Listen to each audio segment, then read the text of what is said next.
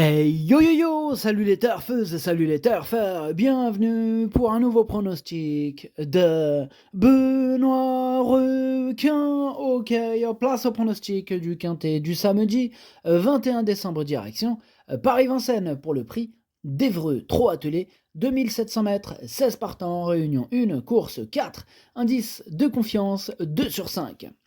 Petit retour sur le quintet de ce jeudi, il y a eu du trouble fait à l'arrivée. Cette vidéo, je la tourne avant l'arrivée du quintet de ce vendredi et je reviendrai dessus demain. Ok, c'est parti, on commence le pronostic et on commence avec le numéro 1, June d'érable, et on n'aura pas les commentaires de l'entraîneur et de pas mal d'autres. L'entraîneur, c'est Clément Thomas qui est parti pêcher avec Grégory Torel, Jean-Philippe Dubois, Étienne Dubois, toute toute la famille Dubois. Ils ont rejoint le gros bateau de Captain Ian Barbaro, bref, amusez-vous bien. Alors ce numéro 1, je ne l'ai pas du tout retenu, je les ai tous préférés à lui pour le coup. Bref, on s'attarde pas sur ses chances, on passe au numéro 2, Joyce Desgranges, et on écoute Christopher Nicole. Joyce Desgranges s'est bien comportée lors de ses dernières sorties, mais tombe sur plus forte qu'elle. Bon, elle évolue en très bonne condition physique. Pierre-Yves est retenu, j'ai fait appel à Gabi. La jument est facile à utiliser, je vais lui mettre les miroirs sur les œillères afin d'inventer quelque chose. Bon, elle a sa chance pour se placer. Pareil, ce numéro 2, lui non plus, je ne le retiens pas. Bon, par contre, je l'ai pareillé comme le numéro 1. Ce numéro 2, lui, il est à l'arrière de ma petite liste des possibles troubles faits. On passe au numéro 3, Jalmarosa, et on écoute Daniel Delaroche. Oui, bon, écoutez, Jalmarosa était un peu surprise quand elle a été lancée dans le tournant final dernièrement. Sans sa faute, elle aurait à coup sûr terminé sur le podium. Elle m'a montré sa forme à l'entraînement depuis et semble prête à se racheter pleinement. Je l'aime beaucoup. Il faut faire attention en partant car elle est un peu plus délicate à la volte.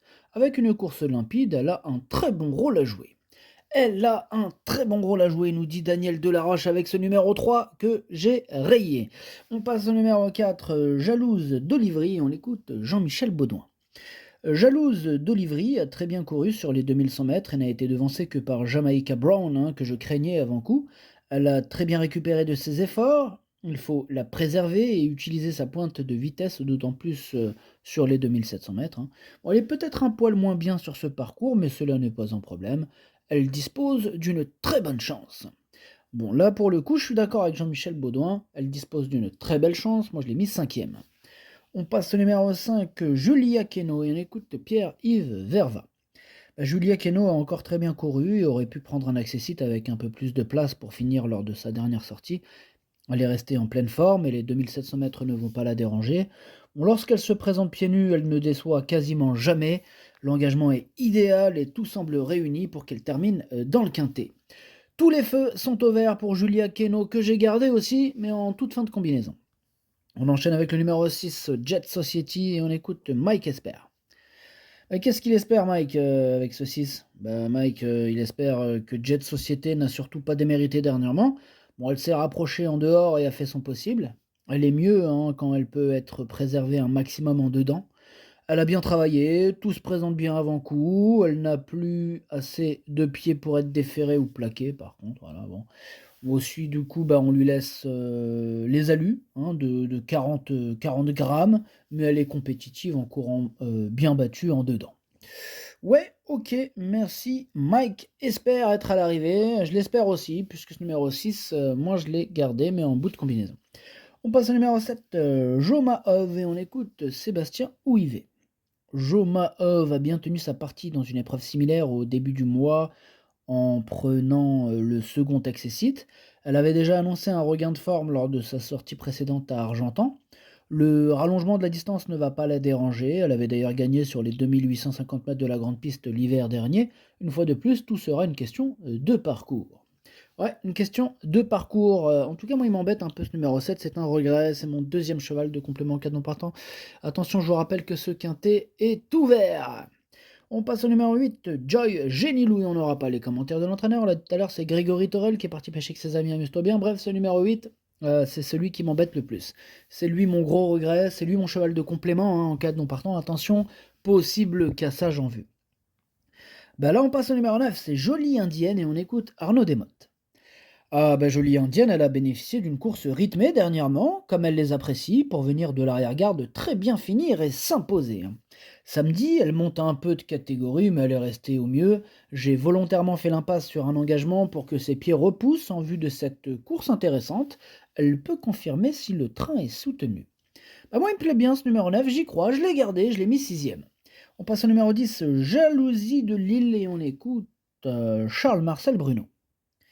Bah, Jalousie de Lille a passé l'été dans le sud où elle a réussi à prendre quelques allocations car ce n'est pas une gagneuse. Bon, alors elle a malgré tout plus de 100 000 € alors qu'elle n'a jamais réussi à s'imposer, hein, quand même.